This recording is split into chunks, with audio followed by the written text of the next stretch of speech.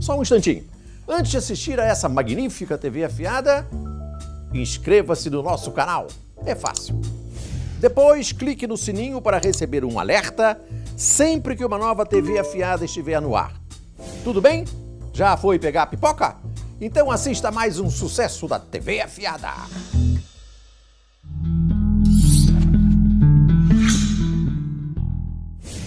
Olá, tudo bem? Eu vou entrevistar aqui na TV afiada o professor Alessandro Octaviani. Ele é professor de Direito Econômico e Economia Política da Faculdade de Direito da Universidade de São Paulo e acaba de lançar esse livro, Estatais no Mundo, Histórico no Brasil, Regime Jurídico, Governança, trata do BNDES, da Caixa Econômica, da Petrobras, da Embrapa e da Sabesp. É um livro da editora Revista dos Tribunais. Nós já tivemos aqui na TV Afiada o prazer de entrevistar o Octaviani quando ele lançou o livro O Assassinato de JK pela Ditadura, Documentos Oficiais. Ele fez parte de uma equipe que reuniu documentos que provam de forma indesmentível, irrefutável, que a ditadura, sob a batuta do general Golbery, matou Juscelino na Via Dutra. Agora nós vamos falar de um assunto menos sangrento, ou quase, porque a discussão sobre as estatais no Brasil faz jorrar petróleo e sangue. A primeira pergunta que eu lhe faria, Octaviani, seria a seguinte: as estatais são um fenômeno mundial ou isso é coisa só de partido comunista, como a China, por exemplo? Paulo Henrique, as estatais, em primeiro lugar, uma honra estar aqui. Ora, que isso? As estatais, as empresas estatais ou a ação empresária do Estado, Paulo Henrique, ela é um fenômeno mundial. Ela é um fenômeno de governo que tem partido comunista, como a China, que é a economia capitalista que mais cresce no mundo. A China tem cerca de 150 mil estatais, mas ela também é um fenômeno que ocorre em países que são discursivamente só capitalistas, como o caso dos Estados Unidos, que tem cerca de 7 mil estatais, e a Alemanha, que tem cerca de 15 mil estatais. Na verdade, a ação empresária direta do Estado ela ocorre em todas aquelas economias nas quais o Estado precisa dar conta da complexidade da economia contemporânea. Nós temos a ação financiadora do Estado, a ação estabilizadora do Estado, por exemplo. A crise de 2008 demandou dos Estados uma ação do poder público de cerca de 7 trilhões de dólares. Nós temos a ação financiadora de inovação tecnológica. Os Estados Unidos gastam de dinheiro público cerca de 200 a 300 bilhões de dólares por ano só para incentivar novos ciclos de inovação tecnológica. E um dos tipos de resposta institucional à complexidade da economia contemporânea é a ação direta empresária do Estado, que está espalhada no mundo inteiro, inclusive nas economias de ponta do sistema. China, Estados Unidos, Alemanha são só 3 exemplos. Me dê um exemplo de uma empresa estatal americana. Nós temos no setor financeiro, por exemplo, as empresas do setor de hipotecas, Fannie Mae, Freddie Mac, o total de ativos dela é maior do que o PIB brasileiro em algumas vezes. Uhum. As estatais americanas, elas estão em diversos níveis da federação. Nós temos estatais no nível federal, nos níveis estaduais, Sim. estatais municipais, diversas estatais.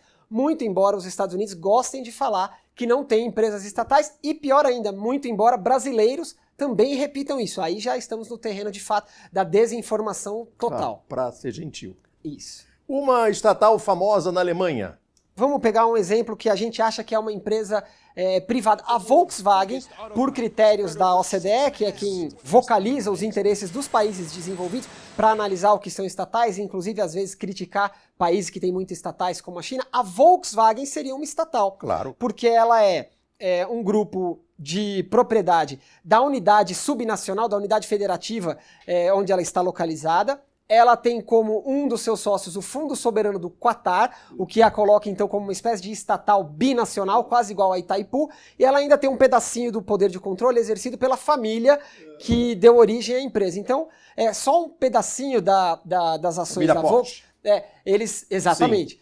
Só um pedacinho das ações da Volkswagen estão em bolsa, embora nós acreditemos que a Volkswagen seja uma empresa privada como outra qualquer. Ainda no campo da indústria automobilística, é bom não esquecer que a Peugeot e a Renault são empresas francesas estatais. Nos termos da OCDE, não tem dúvida nenhuma. E recentemente, quando nós tivemos aquele escândalo com o presidente da Renault, Peugeot e a companhia japonesa na qual ele estava articulando o negócio há muito tempo, eles estavam fazendo um grande conglomerado, o presidente da França, Macron, que é aparentemente um típico liberal, pró-privatizações, e falou o seguinte: aqui nós temos interesse expresso do Estado francês e nós vamos acompanhar de perto toda este desenrolar, porque ali está o interesse do Estado francês na indústria automobilística. E estatizou um estaleiro que ia ser comprado por uma empresa chinesa.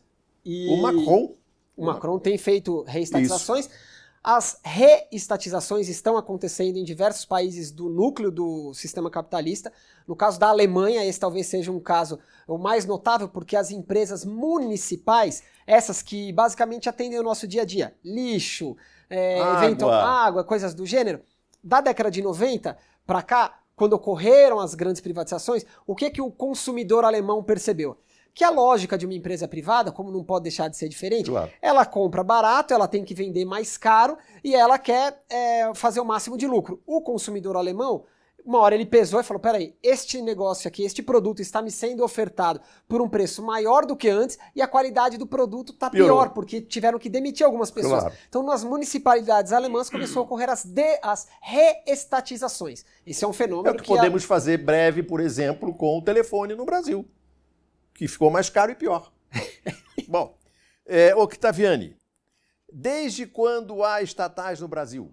Olha, nós não éramos ainda país independente. Na vinda para cá de Dom João VI, funda-se o Banco do Brasil, que é uma estatal, e também isso não é uma invenção daqui, porque antes disso, inclusive nos Estados Unidos, o banco criado pelo Alexander Hamilton também era uma sociedade de economia mista, e ele foi essencial para que ocorresse a independência norte-americana, porque ele garante os créditos e ele garante a estabilidade da economia norte-americana naquele momento. Então nós temos estatais aqui durante muito tempo, muitas das quais essenciais ao nosso desenvolvimento, algumas das quais malversadas pelos seus dirigentes, e quando acontece isso a gente tem que dar o devido corretivo nessas pessoas. Mas as estatais, como uma estrutura para o desenvolvimento brasileiro, elas são absolutamente essenciais. Você conta no livro que também a Caixa Econômica é uma estatal antiga com a função específica de financiar a casa própria do povo brasileiro, não é isso? A Caixa Econômica, ela tem uma história criou? Belíssima. Ela é criada no Segundo Império.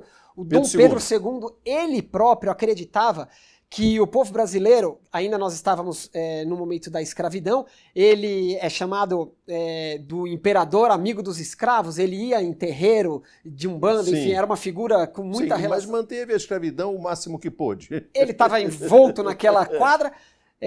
De qualquer maneira, ele, naquela tensão política, o que ele vislumbrava? Primeiro, ele gostaria de auxiliar o povo a conseguir ter algum grau de educação financeira, e por outro, diversos ex-escravos libertos não tinham muito o que fazer com o seu dinheiro e às vezes acabavam se complicando nas finanças pessoais e retrocedendo para situações financeiras muito ruins. E dessa preocupação ele cria uma espécie de caixa de depósito que vem a ser a atual Caixa Econômica Federal. Então ela tem de fato uma história bela aí no nosso passado. Vamos falar da principal empresa estatal brasileira.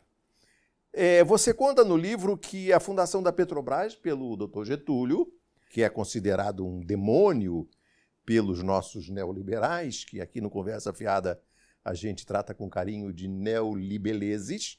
Você conta no livro que a Petrobras nasce de uma contraposição a uma posição do governo anterior ao de Vargas, o governo Dutra, que queria que a Petrobras ficasse parecida com aquilo que o Fernando Henrique e o Paulo Guedes querem. Como é que é essa discussão entre Dutra e Vargas? Olha, Paulo Henrique, essa é uma página bela da nossa história.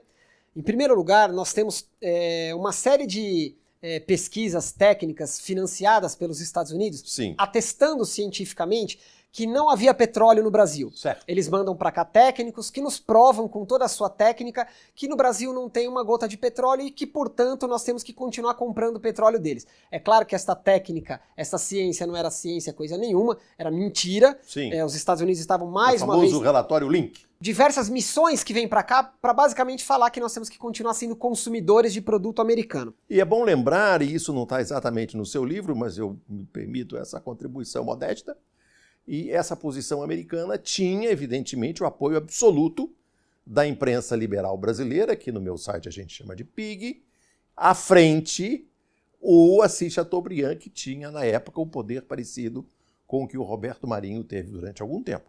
O Assis Chateaubriand era o campeão dos interesses americanos petrolíferos. E por isso inimigo de Vargas. Sim. E olha só, o gênio de Getúlio Vargas consegue fazer uma cisão nas elites brasileiras que de fato é uma coisa praticamente única. Ele cria um bloco nacionalista, Sim. que é composto por militares nacionalistas, engenheiros nacionalistas. Esses militares nacionalistas sumiram, né? Eles não têm, hoje eu não vejo mais. Eu procuro, saio na rua com aquela lâmpada de Diógenes e eu não vejo um militar. Você tem visto um militar nacionalista? Eu gostaria, Paulo Henrique, que alma... Você não é obrigado a responder. Você é um cientista. Vai em frente. Por essa época, nós tínhamos um deles, chamava General Horta Barbosa. Isso. General Horta Barbosa, ele é um gigante da nossa história, claro. Porque ele articula dentro das Forças Armadas um bloco para falar, ó, veja, nós temos riqueza aqui, nós temos inteligência aqui, nós temos um futuro para ser construído aqui de autonomia tecnológica, soberania econômica, segurança nacional, e tudo isso passa por petróleo, que inclusive é o que está em uma das cartas de Getúlio Vargas. Ele, um dos seus momentos de intimidade consigo próprio, ele escreve: petróleo é tudo sobre petróleo. Eles derrubam governantes ao redor do mundo em busca de petróleo. Mais ou menos como nós estamos vendo, inclusive hoje em dia de novo. E o que o gênio de Getúlio Vargas consegue fazer é criar uma empresa e um regime jurídico de exploração do petróleo. Não é só a empresa, a sociedade empresária. O que o Getúlio Vargas consegue fazer é também criar um regime jurídico que estabelece o monopólio, que estabelece leis de financiamento para a Petrobras. E ao redor da Petrobras cria-se um ecossistema tecnológico, tal qual nos diversos outros países do mundo, quando se tem uma boa riqueza, um produto relevante, aproveita-se aquela riqueza momentânea para pensar o futuro, para fazer daquela riqueza um trampolim para esse futuro tecnológico. Isso. É isso que o Getúlio fez. O Getúlio não estava sozinho, porque o seu descendente dileto, que é Juscelino Kubitschek, em 55 Getúlio é levado ao suicídio pelas forças que queriam abocanhar o petróleo. Do petróleo. Ele cita a questão do petróleo na Carta Testamento. Quis criar a liberdade nacional na potencialização das nossas riquezas através da Petrobras. E mal começa esta a funcionar, a onda de agitação se avoluma. Não querem que o trabalhador seja livre. Não querem que o povo seja independente. E o presidente Juscelino, que foi o único governador de estado, porque à época ele era governador de Minas, o único governador de estado a ir no enterro de Getúlio Vargas e, portanto, se transforma no sucessor de Getúlio nas eleições, inclusive atrai contra si as mesmíssimas forças, ele diz na campanha... Tentativas sucessivas de golpe para que não tomasse posse. O Carlos Lacerda, que era um dos inimigos de Vargas e da Petrobras, dizia: se for escolhido, não será candidato. Se for candidato, não será eleito. Se for eleito, não tomará posse. Tomar posse, não governará. É isso mesmo. E olha só, com esta fala do Lacerda nas rádios, o que os filhotes de Lacerda, ancorados em diversos locais da sociedade brasileira, vão fazer? Na aeronáutica, por exemplo, eles vão tentar sucessivas tentativas de assassinato do Juscelino Kubitschek logo no seu comecinho. Tem um filme belíssimo que conta parte dessa história, Uma Bela Noite para Voar. O Juscelino está no ar, eis que se percebe que ele está sem gasolina, sem combustível, o aeroporto onde ele pousaria está sem luz. Tática GTE, aqui Força Aérea 2015, é urgente. E aí o piloto então chama um seu amigo taxista que fala: olha, se continuarmos aqui em cima a gente vai cair. E aí os taxistas de Belo Horizonte se reúnem todos em solidariedade ao presidente e iluminam a pista de um outro aeroporto. Quantas vezes na nossa história, Paulo Henrique, um Que presidente coisa da linda. República é salvo pelo seu povo? Geralmente o povo quer pegar o presidente da República em Exato. praça pública. Nesse caso, o povo quis salvar o presidente. O que diz o Juscelino na campanha? A Petrobras é intocável. E logo depois de E eleito... leva para vice-presidente João Goulart, que era o herdeiro dele, Vargas. Exatamente. Herdeiro afetivo, inclusive. Exatamente. E o Juscelino, na sua primeira viagem aos Estados Unidos depois de eleito, se encontra com Eisenhower. Eisenhower, ele era um monumento do mundo inteiro, porque ele tinha Isso. sido o comandante-em-chefe das tropas aliadas. O Eisenhower cobra do Juscelino nessa reunião a entrega do petróleo para as empresas norte-americanas.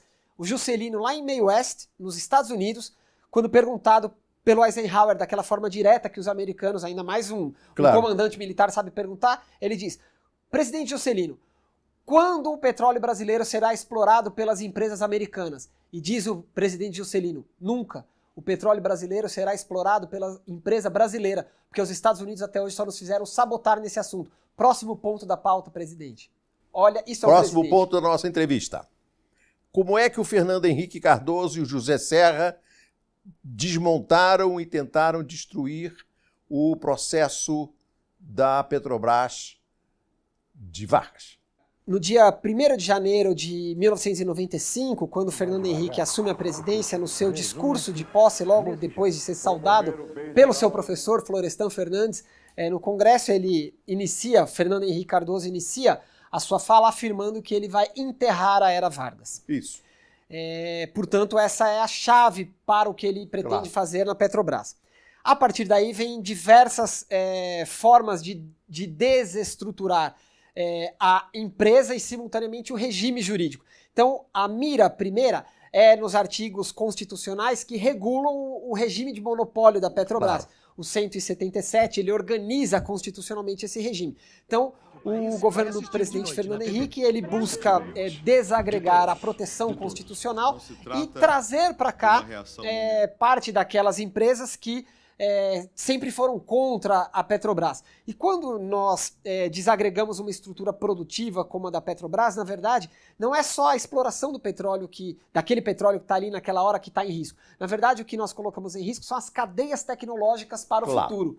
E no caso específico do José Serra, isso aqui está contado em detalhe. Sim, no livro. É um capítulo imperdível do livro, o papel do senador José Serra com relação à Petrobras.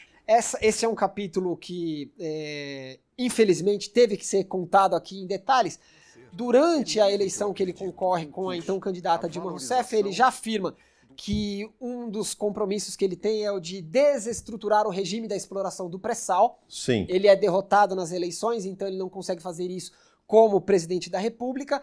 Ele, logo em seguida, é eleito senador. Aqui no livro nós traçamos e documentamos diversos encontros dele com as empresas as multinacionais do petróleo. Ele foi captado pelo Wikileaks, dizendo à diretora da Chevron no Brasil que ia acabar com essa história da Petrobras do PT. Exato. Aqui nós temos... vem essas revelações dos sites que buscam informações privadas. De fato, ali se revela que ele estava tendo essa conversa com as multinacionais do petróleo, ao que os seus defensores falam que isso é conspiração, que este site não tem, que essas informações não têm nenhuma credibilidade, e vai passando o tempo. O livro tem a vantagem de ser posterior a tudo isso. Vai passando o tempo, ele se transforma em senador, opera exatamente aquilo que os sites afirmavam que ele ia operaria. fazer. E aí o governo Dilma, a presidenta Dilma, concorda com esta mesma proposta. Então, nesta associação simbiótica e trágica para o povo brasileiro entre PSDB e PT, nós temos a desagregação de uma boa institucionalidade para a exploração do pré-sal, que era aquele regime que estava constituído. Você conta também no seu livro que uma singularidade da empresa estatal norueguesa chamada Statoil. Agora, no regime do presidente ladrão, como a gente diz de conversa fiada, o Temer, o presidente da Petrobras, que a gente chama de Pedro Malan Parente, pela semelhança ideológica, ele conseguiu entregar um pedaço do pré-sal à Statoil. Ou seja, ele pegou um pedaço da estatal brasileira e entregou à estatal norueguesa. Muito bem. E você conta no livro que a Statoil tem como uma das características adiar a distribuição dos lucros, para investir no desenvolvimento tecnológico nesse campo da inovação que você cita, sendo a Noruega uma das pioneiras na exploração do petróleo no fundo do mar, no Mar do Norte. Então fala um pouco sobre essa estratégia de não dar lucro. Olha, em primeiro lugar, empresa estatal no ordenamento jurídico brasileiro não precisa dar lucro como empresa privada. Não. Ela precisa ter uma boa gestão para cumprir a sua função constitucional. Nós temos dois Qual é a tipos. função constitucional dela? A empresa estatal, na Constituição brasileira, nós temos no artigo 3º, nós temos um mandamento constitucional que basicamente fala: o Brasil tem que superar o subdesenvolvimento.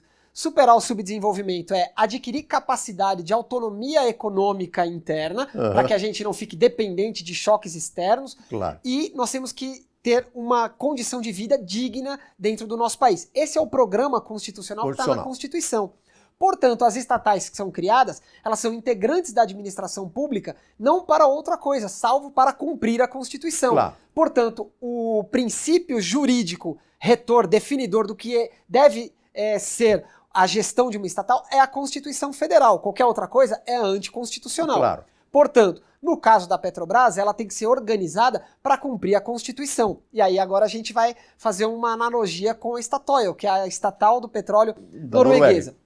Nós temos um artigo na Constituição, o artigo 219, que afirma que o mercado interno é patrimônio nacional. Sim. E que será incentivado de modo a viabilizar a autonomia tecnológica. Se nós pegarmos o artigo 3º, que traz a pauta de superação do subdesenvolvimento, o artigo 219, que traz a pauta da autonomia tecnológica, nós certamente temos guarida constitucional para afirmar que uma estatal como a Petrobras, ela não tem como missão dar lucro aos seus acionistas privados, mas ela pode ser um instrumento de planejamento da economia brasileira para que nós alcancemos um outro patamar. E, inclusive, sem Petrobras, nós não temos transporte no Brasil para o agronegócio. Não. Sem Petrobras, nós não temos toda a cadeia de petroquímicos que movimenta a nossa economia. Sem Embrapa, nós não temos toda a exportação que o agronegócio traz de benefício para a economia brasileira. Ainda veremos a Miriam Leitão exigir que a Embrapa dê lucro. Olha, se alguém... O Instituto Oswaldo Cruz, por exemplo, então, tem que dar lucro. Se alguém vier com uma proposta como essa, eu terei que lembrar que em 2017, nossa economia exportou gloriosos 83 milhões de toneladas de grãos. Sem a Embrapa isso aqui não existia. Não. Então, se nós não levarmos em conta que a Embrapa é uma infraestrutura científica essencial para o nosso agronegócio, nós não podemos explicar o lucro que o agronegócio tem. Então, sem estatal, uma economia como a brasileira, sem algumas das nossas estatais, nós simplesmente não andamos. E isto é assim em todo o país do mundo. Professor Octaviani, o que o senhor acha dessa ideia? Nós já respondemos aqui, obviamente, a questão de aumentar ou não aumentar o diesel. Mas eu lhe pergunto, e essa ideia do Guedes, desse gênio de Chicago, de querer vender as estatais, vender tudo? Ele quer vender tudo para salvar o buraco do governo. Qual é a sua avaliação disso? Olha só, eu estou com alguns dados aqui. Em 2018, agora esses dados estão consolidados, os 5 principais grupos econômicos estatais deram um lucro consolidado de cerca de 70 bilhões de reais. Petrobras lucrou 26 bi, Banco do Brasil 12 bi, Eletrobras 13 bi, Caixa Econômica 10 bi, BNDES teve um lucro de 7 bilhões. Então, mais ou menos, só nesses 5 grandes grupos econômicos, 70 bi. Tem uma notícia do Globo, 28 de março de 2019, lucro das maiores empresas estatais é o mais alto já registrado. Portanto, nós temos um conjunto de empresas que alcançou o seu recorde de lucro. Bom, aí nós temos uma outra notícia, de 23 de janeiro desse ano. Paulo Guedes quer arrecadar cerca de 75 bilhões com a venda das estatais. Então essa conta é mais ou menos assim. Nós vamos vender as nossas empresas, no caso ele está falando de vender tudo, ele gostaria de vender tudo. Então nós vamos vender as nossas empresas mais ou menos para arrecadar o que elas deram de lucro. Então, assim, de fato, eu tenho 2 desafios a fazer para essa lógica econômica. O primeiro é o seguinte: o atual secretário das privatizações, que é um empresário muito bem sucedido, muito competente, Salim Matar, da Localiza. O Salim da Localiza. A empresa Localiza lucrou no ano de 2018 659 milhões de Opa! reais. Que beleza. É uma belíssima empresa, gerida por uma pessoa de alta competência, Isso. que agora vai gerenciar o programa de privatizações. Isso. Se ele achar que é um bom negócio vender a empresa dele por 1 ano de lucro, aí eu acho que pode ser um bom negócio vender as nossas por 1 ano de lucro. Só que eu tenho um outro desafio também para fazer, que é o seguinte, olha... Ô, Octaviano, você tá desmoralizando o pessoal. Mas olha só, em 2017, Ah. a lista da Fortune Global incluiu 48 estatais chinesas no total das 500 maiores empresas do mundo. O lucro das empresas do governo central chinês foi de 217 bilhões de dólares. Se nós convencermos a China a vender essas estatais pelo lucro que elas deram em 1 ano, também é um bom jeito de fazer negócio. Por quê? No Salim como empresário, eu acredito. Nos chineses como empresários, eu acredito. Sim. Se eles dois toparem isso, aí eu acho que esse é um bom jeito. Se nós não convencermos os dois a fazer isso, aí eu acho que a gente precisa melhorar o nível do debate, Paulo Henrique. Aí essa proposta não tá muito séria. Professor Octaviani, eu elogio, antes de mais nada, o seu senso de humor e não deixem de ler Estatais. Alessandro Octaviani e Irene Patrícia Nohara, da Revista dos Tribunais. Vocês lendo o livro não terão noção do senso de humor do Octaviani que vocês puderam captar agora nessa magnífica entrevista. Obrigado. Eu que agradeço. Gostou dessa TV afiada? Ah, é? Ela tá cada vez mais afiada, não é mesmo? Então, se você gostou mesmo, não se esqueça de deixar o seu like e fazer o seu comentário, porque senão... Se você ainda não se inscreveu no canal da TV Afiada, basta clicar no botão inscrever-se. Depois, ative o sininho para receber um aviso sempre que um novo vídeo for ao ar. Ah, e a melhor parte é de graça! Boa sorte!